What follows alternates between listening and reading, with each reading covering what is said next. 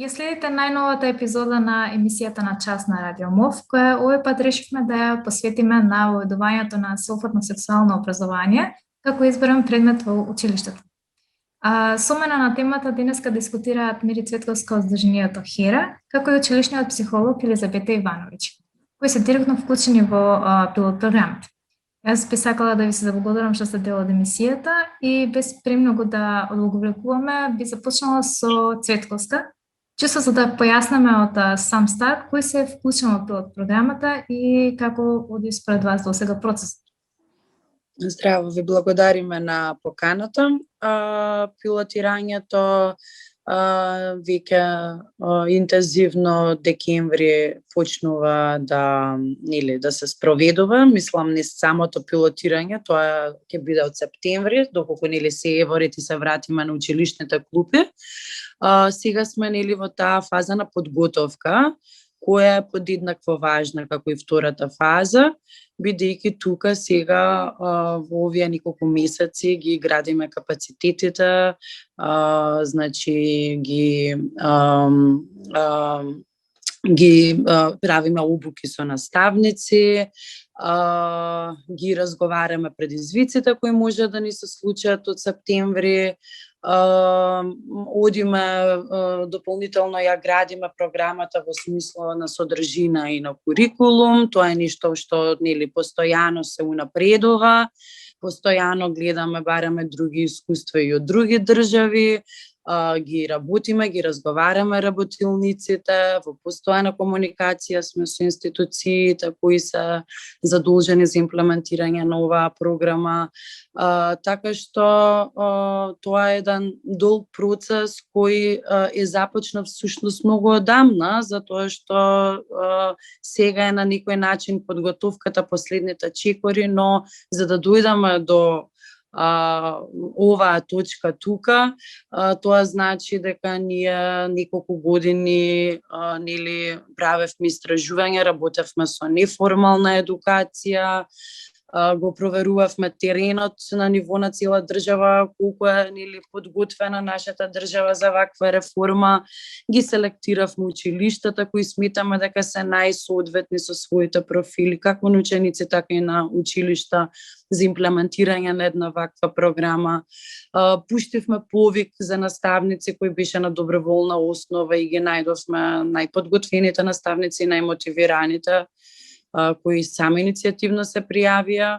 Дополнително, заедно со наставниците ја градевме програмата, поминавме неколку обуки, бивме во 20 училишта паралелно, кои се надвор од тие селектираните училишта, кои беа на некој начин дел од едно помасовно истражување за темите кои ги опфаќа ССО, за да можеме искуството кое го собравме од овие 20 училишта да ни биде некаков показател и да ни даде ум за тоа како треба понатаму и кои се најгорчливи теми кај младите, за кои имаат најмногу отпор, кои им се најлесни да ги разговарат.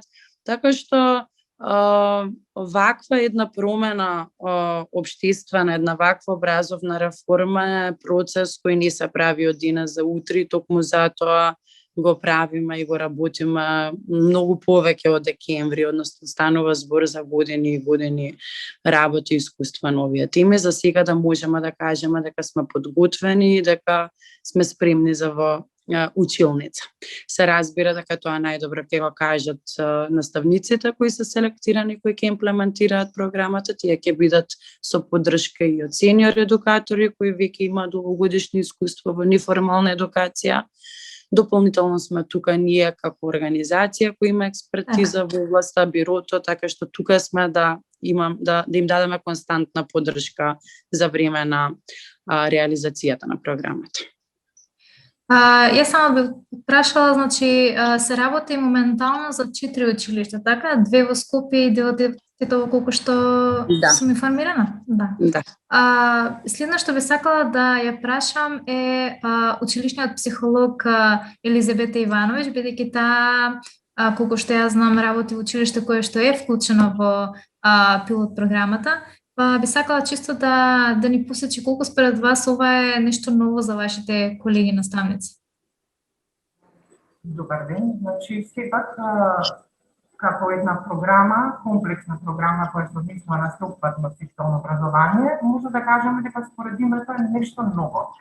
Но веќе во наставните програми претходно имаше содржини кои се однесуваат токму на овие теми. Значи, сепак не беа обработувани континуирано, како сега што ќе бидат обработувани во рамките на оваа пилот програма, се надеваме понатаму и како изборен предмет во програмата, значи, за основно образование, за 9-годишно основно образование. Ова е еден добар начин, бидејќи токму овој изборен предмет што ќе биде односно пилотирање на програмата, значи ќе биде континуирана сеопфатна токму за теми кои што се најбитни во овој период. Значи, зборуваме за деца кои се во период на адолесценција. Значи, тој период е многу бурен, драматичен, во кој што се случуваат најразлични промени од сите домени. Односно, тука се создаваме ние не само како биолошки, се третираме туку како и психосоцијални битија. И затоа е многу важно, значи, сите овие промени, децата да имаат конкретни, точни информации, особено кога се работи за нивното здравје, особено кога се работи за релациите и за врските, бидејќи мора да признаеме дека во овој период тие реагираат бурно на различни работи, често многу е битна и таа врсничка група, значи ние сме тука да ги насочиме, а особено програмата, значи, за сеопфатно сексуално образование, без оглед на тоа што може би името навидува на некои, не знам, други инсинуации, значи, навистина програмата и темите кои тука се работат, се стриктно многу побрзани со нештата кои што се случуваат кај децата. Особено се тоа темите кои се однесуваат на врските, на релациите, бидејќи сега тука врските се градат на друг начин. Децата се бунтовни, сами сакаат да изберат, што да изберат, како да влезат во тие врски. Не се само пријателства, веќе се симпатии, може би некои љубови, нели, знаеме често пати дека од средно училиште и долго останали и трајни љубови, нели, така натаму и слично. Како тие правилно да постапуваат да влезуваат во тие врски. Понатаму, да насилството, да се намали насилството, да си ги знаат своите права. Значи, исто така, и сликата за себе е многу битна, да имате една позитивна слика за себе, она што го нуди медиумот, што го нуди да бидат сите тенки, убави, згодни така натаму, колку тоа допринесува за среќа или за несреќа, или колку тоа допринесува да одиме ние напред, да имаме поголема самодовер или да немаме. Затоа сме сите ние тука, наставниците, Хера и бирото и целиот овој систем кој што треба, значи, децата малку да ги насочи, да им даде правилни информации, да имаат доверба во нас, да ни се доверат и да ги насочиме понатаму, значи, со цел да се заштитат и превентивно да размислуваат. Значи, знаете што, да не ги лечиме последиците. Ние постојано се бркаме со некакви последици. Ние сакаме овде, токму преку се тоа, или нашите наставници и јас како сочната работник, го разбираме како нешто превентивно да делуваме за нашите деца. Бидејќи сите овие теми кои што се тука опатени од род, од односи, од врски, од тело, од репродуктивно здравје, значи, сето тоа допринесува вие како превентивно на детето ќе му ги скажете тие факти. Понатаму, како што кажа и Мери, се надеваме ќе се вратиме во учениците, тоа се искуствени работилници. Значи, тоа не се работилници од типот сега седи јас ќе предавам така натаму, бидејќи ние самите така ги поминавме обуките.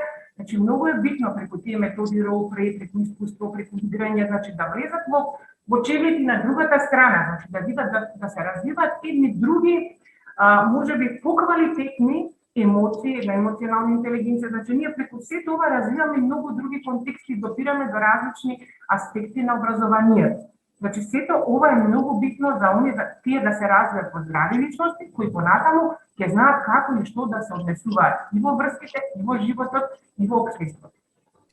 А како некој што бил долго време вклучен или во формалното образование, колку според вас овие работи и дали воопште ги имаш овие работи во останатите предмети што се учеа на училиште? Дали имаше нешто вакво во останатата настава? Така, значи, постои програма за образование за животни вештини, каде што беа на одделенските часови метнати одредени работилници, значи тоа што го кажате на почетокот. Значи, немаше никој континуитет во сето тоа и беше изолирано. Значи, беше оставено да некаде на наставниците колку тие теми ќе допрат и ќе обработат во однос на тоа колку тие. Потоа дел од, да кажеме, на биолошкото и физиолошкото е обработено во наставните теми наставните предмети по биологија, по природни науки некои аспекти во граѓанско образование, односно оние граѓански аспекти, значи овој предмет не опфаќа само биолошко, физиолошко или да кажеме социолошко, туку опфаќа и граѓански аспекти кои што можеби не беа опфатени со другите наставни предмети. Имаше нешто делумно, но мислам дека е недоволно. Токму дека оваа група на деца од 14 години, 13-14 години е многу малку зафатена. Значи ние токму овде треба да обрнеме внимание на нив, на тинејџерите, особено со овие теми, бидејќи заборев да напоменам, нели сите знаеме колку се тие љубопитни и колку се тие отворени кон се што е ново и што е спротивно на оно што ви им го кажувате. Значи ние треба да допреме до нив и да ги освестиме што е она што е навистина добро за нив, а што не е. Значи да бидеме отворени да примаме прашања од нив и да бараме одговори. Ние сме свесни дека како наставници може во моментот нема да имаме и да одговори, но не треба да се срамиме. Треба отворено да им придеме како за да почувствуваат доверба, ме разбирате. Им треба на нашите деца доверба, особено за вакви структурни теми кои што се однесуваат директно на нивното здравје, директно на градење на нивната личност. Ако не се канализира правилно, може да има навистина лоши последици и по психолошкото здравје и секако по биолошкото и физичкото. Морам да кажам и ова дека кај нас има доста интерес, нели? Дека сето ова, како што кажам, Мери, одеше наназад многу, да кажеме, чекор по чекор. Значи, немаше никаков притисок, за се беа информирани родителите на групите кои што во деветот ќе бидат, значи буквално на состаноците бевме ние присутни, беа присутни од ХЕРА, беа присутни од бирото, значи апсолутно можеше да поставуваш какви сакат прашања родителите да им биде одговорено. Достапност имаше голема до материјали, ние им стоевме на располагање 24/7, иако беше се онлайн. И навистина сме задоволни од одзивот на родителите, што над 60%, да кажеме 70%, веќе во нашето училиште има 2, можеби 3 паралелки. Така да мислиме дека ќе имаме еден убав почеток кој што на сите ќе им покаже дека ова е навистина нешто што ни треба, а не е нешто што е измислено и да не се врзуваме за наслови на нешто, туку да одиме малце поквалитетно, да читаме малце повнатре и да не влеземе и да се свртеме кои тинејџерите. Ги губиме, со сите работи ги губиме. Значи да не ги губиме, туку да се свртеме кон нив. Бидејќи тука имате не само темите сексуалност, имате многу други теми како што се врските, насилството, родовите и мора тука да биде понатаму. Така, јасно. Затоа се би сакала да ја прашам Цветковска дека нели во јавноста сепак има критики за овој проект и најчесто коментарите во тој правец дека порано немало ССО, меѓутоа ништо не ни фали. И сега како одговарате на овие коментари, меѓутоа малку од нели од ваш аспект како здружение кој што веќе со години се обидува да го воведе сексуалното сеопфатно образование? Да, имаше такви изјави. Пораснавме, што ни фали, немавме ССО. Па веројатно кога би имале ССО, би знаеле колку пропуштиле. Но за да нели не ја направат возрастните истата грешка и со помладите, добро би било да им ја дадат таа шанса да бидат информирани навремено.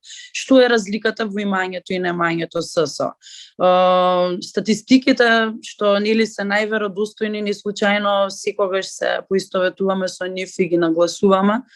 Затоа што нели сепак тоа е бројка, тоа е факт, тоа е искуство и емпирија. И тоа што ни го кажува емпиријата и тоа што ни го кажуваат и бројките е дека онаму каде што имало ССО во државите како Холандија, како Велика Британија, како Естонија и така натаму, како Албанија веќе со години, навистина се намалени сексуално преносливите инфекции затоа што се користи повеќе контрацепција. Контрацепција се користи повеќе затоа што се поинформирани младите, односно знаат каде да ја набават, зошто е важна за нив контрацепцијата, како да си го заштитат своето здравје, а со тоа и здравјето на другиот.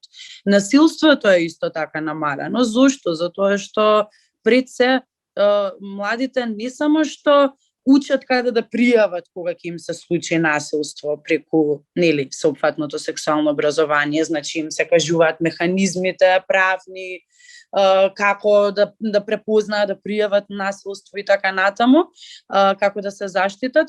Тие пред се, како што кажав, знаат ќе умеат да свата, да препознаат дека се жртви, и тоа многу често после едукацијата они го сваќале отпосла. Односно, знаело, многу често се случувало на предавање кога ќе прочитаат и кога ќе видат примери од други нивни врсници кои поменувале низ истите ситуации, тие сваќале дека и тоа како биле жртви, дека тоа го потиснувале долго време или дека се плашеле да го кажат или па дека мислеле дека они се криви заради тоа, си додека не се информирали и сватиле дека тоа не е така. И обично реакциите на младите луѓе биле зошто порано не го знаевме ова. Ќе бевме заштитени на времено и ќе спречевме дополнителни лоши последици за нас.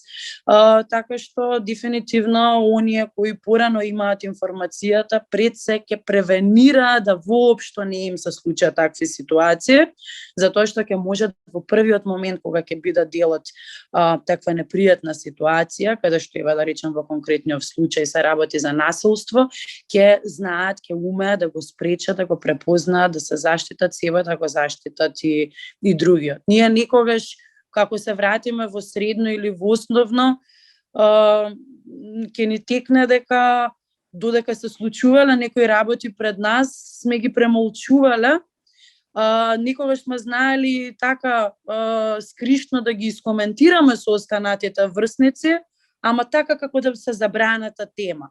За отпосле, кога ќе пораснеме и кога ќе се соочиме со ситуации слични во животот или ќе си ги научиме меѓу време своите права, колку пати ни се случило да се погледнеме и да речеме кај бевме за ова да реагираме на време. И после тоа си викаме па може не требаше ние да реагираме, требаше наставниците да реагираат, требаше психолозите да реагираат, што значи дека информираноста е поширока, не е само кај младите, туку е понекогаш и кај службите, кај наставниците, кај училиштата, кај општеството, кај родителите. Така што не бира возраст неинформираноста. Неинформиран може да си во секоја возраст, но ние тоа што сакаме да го направиме е да се фокусираме сега на младите кои уште имаат шанса да бидат навремено информирани и да ги заштитиме од лоши искуства кои ги имале некои пред нив. Така што дефинитивно она што ни го кажува искуството, теренот, истражувањата е дека само бенефит има по здравието и благосостојбата на младите имањето на времена информација. Да, делом на следното прашање беше врзано и со самите наставници, бидејќи еве и од излагањето на Ивановиќ, колку што разбрав, наставниците пак ќе имаат нека битна улога во целиот овој процес, значи пак ќе биде добар дел оставено и на нив колку можат добро да предизвикат интеракција, информирање меѓу учениците, така што според тебе, Цветко Скајбе, колку е важно тие да добијат соодветно обука и поддршка моментално што се оди во тој процес? Мислам дека е особено важно, токму затоа кажав дека во неколку наврати дека тоа не е, тоа е долг процес и тоа трае веќе долго време. Се разбира дека беше олеснително што работиме со наставници кои веќе се сензибилизирани, кои веќе се запознаени, кои се мотивирани пред се. И се разбира дека сите ние во процесот, како поминува време, се надевам се повеќе и повеќе ќе учиме со секое ново искуство, со секој нов ученик, ќе знаеме нешто повеќе. Но во оваа фаза каде што сме сега, дефинитивно сметам дека ги имаме вистинските и најдобрите наставници. И дека никогаш не би продолжиле понатаму со процесот, доколку сметаме дека има пречки, особено вредностни од страна на наставниците. Ние не би се нафаќале на една ваква реформа, каде што на пиедесталот се ставени емпатијата, алтруизмот, прифаќањето на себе си на другиот, да работиме со кадар кој има предрасуди на овие теми. Така што тоа беше првиот услов за да почнеме да работиме, а понатаму и јакнење дополнително на капацитетите. Како би вршеле таа, мислам, еден вид на можеби проверка, да речеме, или проверка на способноста, капацитетот на наставниците да можат да работат со учениците за овој предмет? Како што се одвива и секоја обука, која е нели квалитетна и која е на ниво, со сите чекори кои треба да се направат за да се случи една таква обука, од предселекција до предавања, како усни, така писмени, до давање простор за совладување на материјалите, до проверка на знаењата во однос на материјалите, но и во усниот перформанс, симулации на цели часови како би изгледале со комисија која го оценува тоа, која се разбира членови од тие комисии се и членовите на соодветните институции, како и луѓе со експертиза кои работат во областа, така што проверката не е на едно ниво, туку е на повеќе и не е еднократна, туку е повеќекратна. Така, ти благодарам. Би сакала да ја прашам сега психологот Ивановиќ во однос на тоа дека постојат стравови дали е соодветна возраста на учениците кои што ќе го добијат овој изборен предмет, иако веќе спомнавте дека тие се во фаза каде што се нели љубопитни, каде што се бунтовни и сакаат нели да имаат избори, да го направат изборот. Според вас кој би бил вашиот коментар за овие стравови?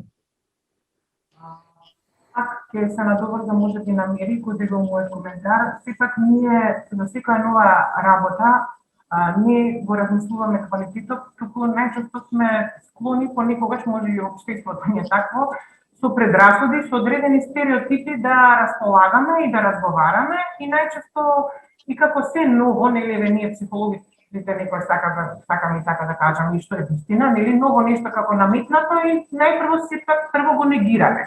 Но потребен е процес, треба да се запознаеме со сето тоа и верувам дека кога ќе се запознаеме со самиот квалитет на работата, преку пилотирањето, преку сите тие содржини, ќе увидат дека навистина е тоа она што го зборуваме.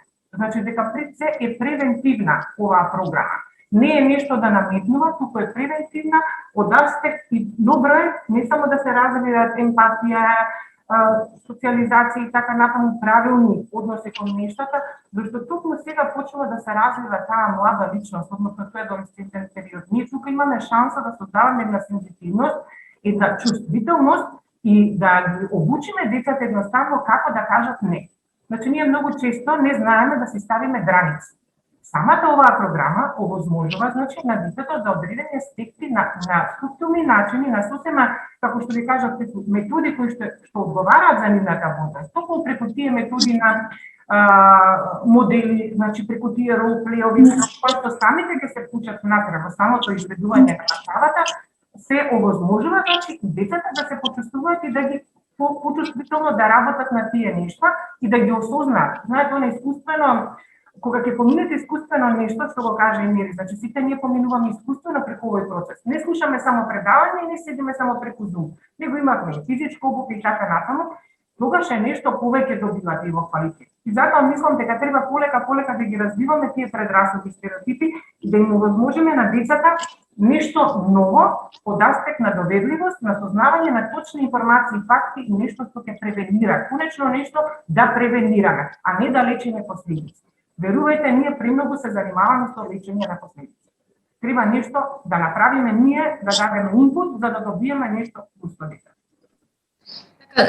Во контекст на ова би сакала исто така да прашам и колку родителите се многу битни во целиот овој процес, бидејќи ги спомнавме самите ученици, ги спомнавме и наставниците, меѓутоа што долку еве пример некој ученик сака да го избере овој предмет, меѓутоа родителите се против бидејќи имаат одредени ставови.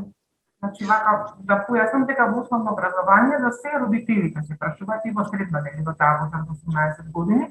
Затоа јас малку напоменав и во првиот пат кога разговаравме, значи, претходно напоменав дека кај нас удеше се процесно постепено, значи во континуитет. Ние дававме максимални информации до родителите. Може да се случи, ние не знаеме сега дали некој дете може би сакало опет, но имаше родители кои што никако не се искажа на тие родителски средби, па дури малце беа опортунистички расположени, што ние сега на анкетите видовме дека баш тие родители со кои што не прашуваа многу и се ги интересираше, токму тие родители децата што можеби се плашат дека нема да им дозволат, токму тие меѓу првите им дозволија на своите деца да го следат тоа. Се се должи на тоа што ние дававме соодветни информации. Значи мора да внимаваме за одредена работа точни и навремени информации. И значи не наметнувавме ништо на родителот. Не му викавме се чите ги брошурите, се чите ги материјали, сега прави вак. Не, туку излегуваме. Ова е тоа. Излегува одговорните лица заедно со нас на родителски среди. Потоа постепено доставувавме материјали. Оставивме простор да прашуваат, да се договорат со децата. На одделенските часови подспомнаа наставниците, ги воведоа децата. Значи се должи како вие ќе пристапите кон било која работа. Ако имате континуитет, ако давате соодветни точни и фактни информации, ако им дозволите на луѓето да ве препрашаат повторно, значи ако им дадете доверливост, ако ти имате во вас доверба, да ве прашаат, да се интересираат, тогаш секако ќе имате успех. И не мора да е успехот кога е пилот програмата да е 90%. Јас сум презадоволна со 60 и со 70%. Значи, за ваква субтилна тема во општество кај што има предрасуди и стереотипи нагоре. Така да се во тој континуитет. Така, да? Да, не, дефинитивно само би потврдила се што кажа психологот Елизабета, дека дефинитивно и ние имаме многу слично искуство со родителите. Токму оние кои од почетокот се најскептични, се истите тие кои откако ќе се информираат се најрасположени за нивните деца да им учат СС, што значи дека ние не се плашиме од прашањата на родителите. Многу поопасна е осудата или негирањето или замижувањето на реалноста и не давањето шанса на децата кои сакаат само заради некакви лични бариери кои ги имаат родителите. А инаку прашање, скептицизам, нема никаков проблем, дури е препорачливо, затоа што ние на некој начин им ги должиме тие информации на родителите. Гледаме да сме максимално транспарентни. Ние се видовме со повеќе од 200 родители, одевме на средби, разговаравме, дополнително телефонски, мејлови, дополнително материјали им праќавме кои може да им бидат од корист, се поврзани со самите содржини. На секој можен начин беа информирани и тоа дефинитивно роди со резултат, што е уште еден доказ дека ако само малце се даде шанси и се прочита и не се суди пред да се дознае што е приказната, многу би имале многу поголема респонзивност и многу поголемо прифаќање од страна на родителите и конечно родителите си го сакаат најдоброто за своите деца. Тоа што го имаме видено е дека на децата и на младите им треба СС, они самите си го барат преку неформалната едукација. Над 2500 млади имаат поминато СС, така што тоа се сите млади кои или само иницијативно или преку своите родители се пријавили, веќе преку неформална едукација ја поминале програмата. И зошто едноставно тоа да не го решиме системски, да им го понудиме и на оние млади кои немале можности до сега преку неформален пристап да се едуцираат. Така би прашала, дали може би сте забележале разлика во однос на ставовите помеѓу родителите што се во Скопје и надвор? Дали очекувате разлика во овој дел, бидејќи најчесто реакции доаѓаат и од помали средини, нели, каде што информираноста па и не е баш толкова толку голема? Најубавите искуства ни се во помалите средини, понекогаш во поголемите градови, во градовите каде што да речам имаат повеќе привилегии некои деца од своите врсници од други градови или рурални средини. Така некогаш се знае и да се настапи со јас веќе ова го знам или сум го слушнал, а не е баш така кога ќе седнеме и кога ќе почнеме да разговараме, затоа што сваќаме дека има доста недостатоци во знаењата, само што не секогаш се свесни. За разлика од другите градови каде што поретко имаат организации или можности кои за повеќе за дополнително учење надвор од формалниот образовен систем, поретко дали заради оваа предрасуда дека нема да сакаат или заради некоја друга причина, ради тоа што можеби не им се привлечни на овие места понекогаш на фасилитатори, модератори, организации и така натаму, ретко идат и тие на некој начин се желни за некој да дојде и да им каже нешто, затоа што многу помалку од младите од поголемите градови имале простор да ги слушнат овие работи.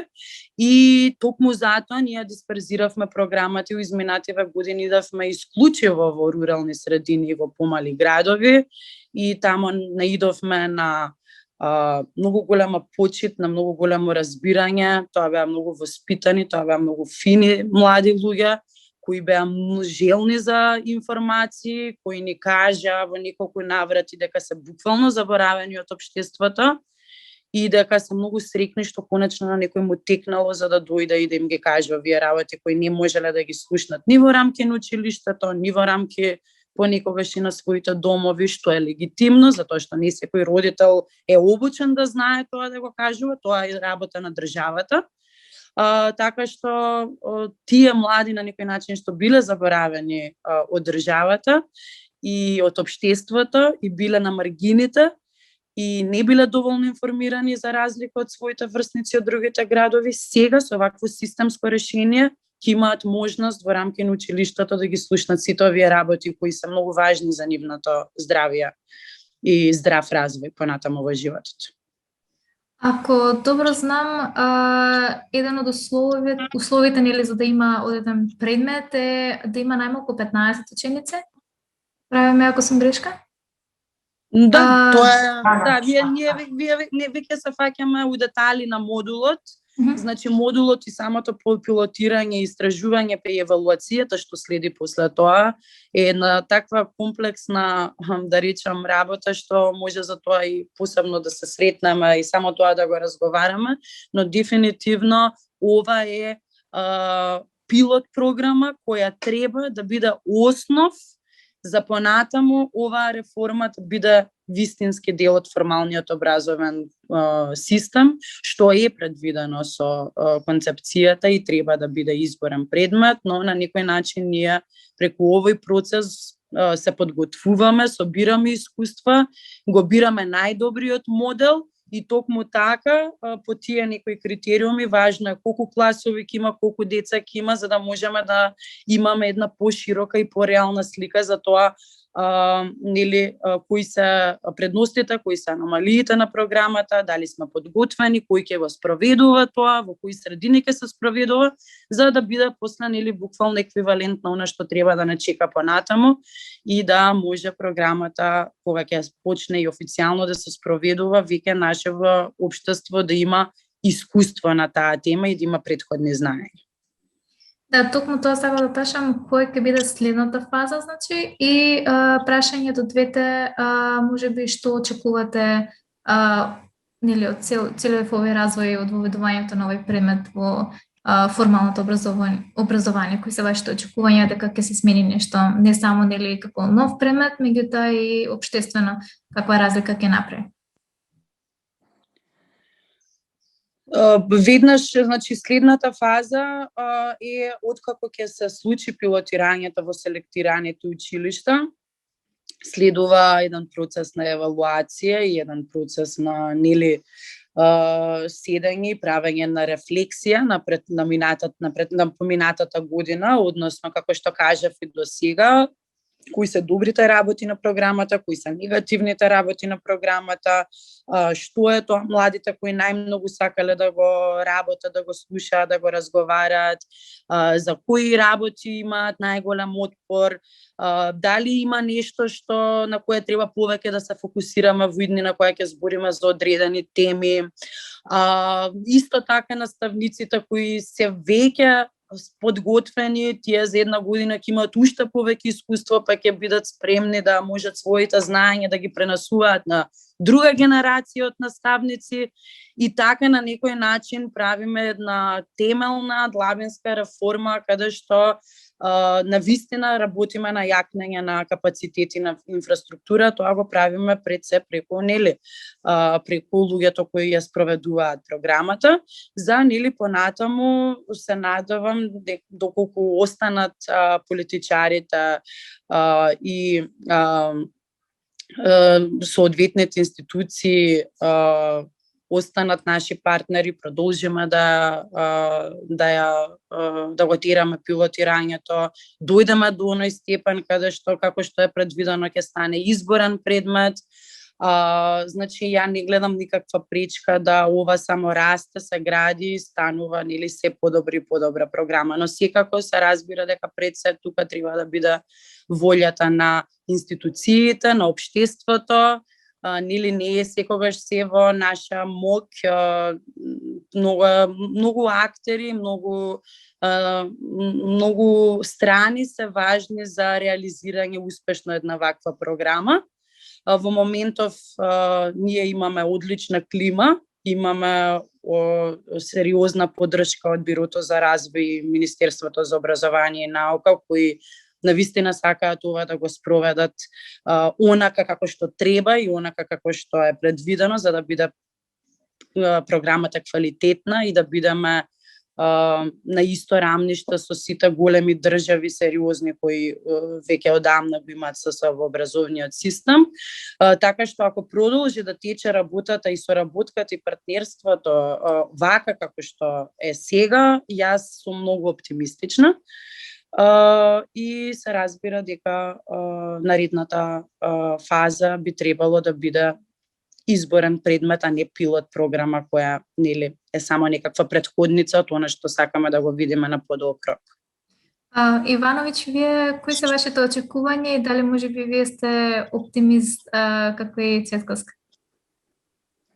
Искрено да, и јас сум исто така оптимист и очекувам дека на подолг период ќе стане ова изборен предмет. Очекувам да таа поддршка да не изостане, бидејќи навистина многу се вложува и сите заедно, зашто пред се од оној психолошки аспект, од развивање како социјални личности, од развивање на личности кои ќе градат правилни врски релации, ќе градат почитување, ќе градат доверба, ќе градат ненасилство, ќе градат врски односи релации врз база на ненасилство, ќе бидат запознаени со сите тие аспекти, значи на одредени, значи ние не им нудиме еднонасочно нешто во овој предмет, мислам во оваа програма не се нуди нешто еднонасочно, туку се нуди една сублимација на работите што се многу битни токму за овој период на развој на децата и за емоционалниот живот, но секако и за социјалниот живот понатаму, во врска, бидејќи врсниците се еден приоритет и групите каде што тука децата мора значи да ги разбијат тие предрасуди и тие стереотипи да тргнат напред, да градиме личности со интегритет, а не да градиме личности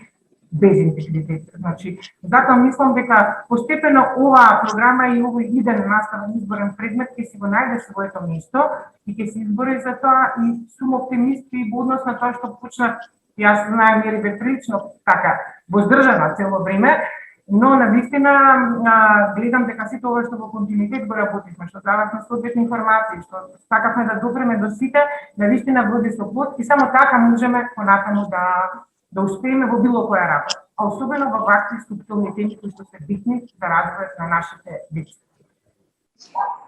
Така, тоа бе моите прашања. Ви благодарам што бевте дел од емисијата на час и на тие што ќе ја гледаат им посакувам да останат со нашите содржини и се надеваме ќе видиме што ќе се случува во останатите фази на овој проект. Ви благодариме. Благодариме, пријатно. Пријатно.